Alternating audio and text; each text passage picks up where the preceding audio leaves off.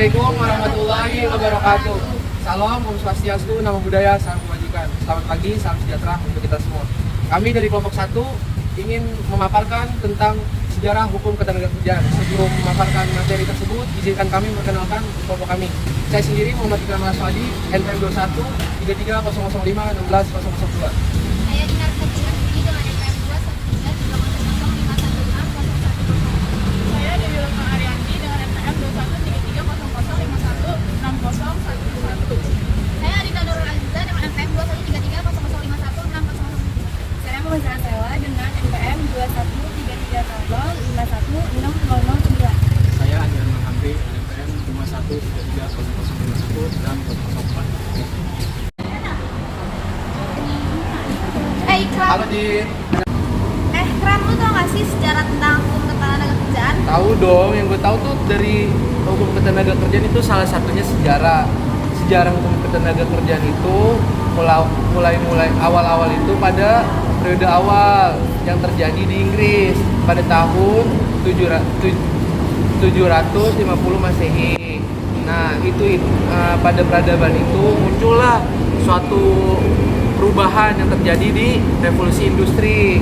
Nah, yang pada saat muncul revolusi industri itu terjadi adanya suatu perubahan, yaitu munculnya mesin uap. Nah, di Perancis, pada revolusi Perancis muncullah suatu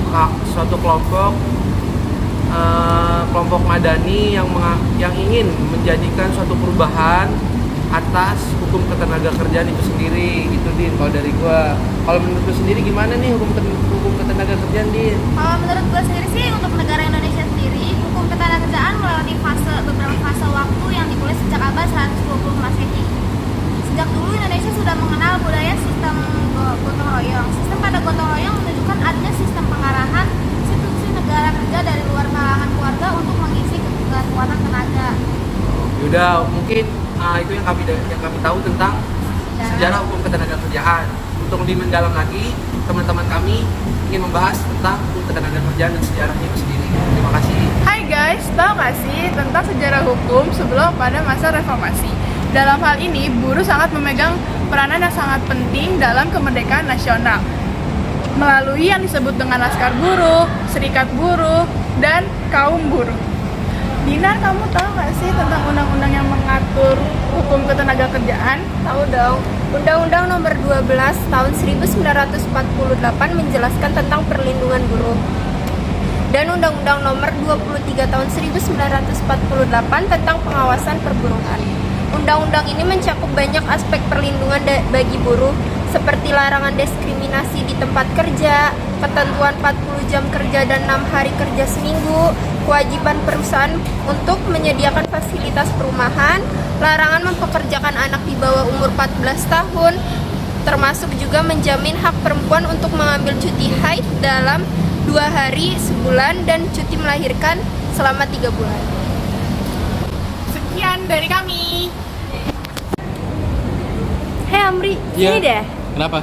Tadi kan teman kita udah menjelaskan gimana sejarahnya pada masa reformasi. Nah, Ya. lo tau gak sih kalau misalkan sejarahnya setelah reformasi itu gimana?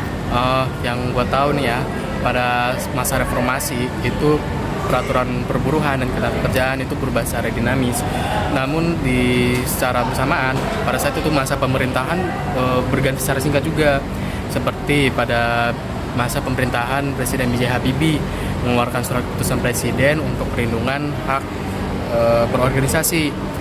Lalu pada masa Presiden Susilo Bambang Yudhoyono tuh menuntaskan masalah pengangguran, meningkatkan pertumbuhan ekonomi, terus memperbaiki iklim investasi kayak gitu.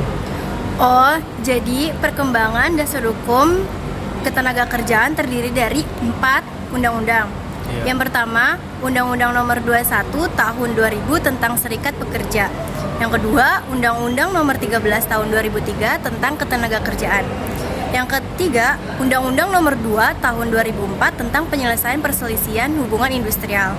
Yang keempat, Undang-Undang Nomor 39 Tahun 2004 tentang perlindungan dan pembinaan tenaga kerja Indonesia di luar negeri.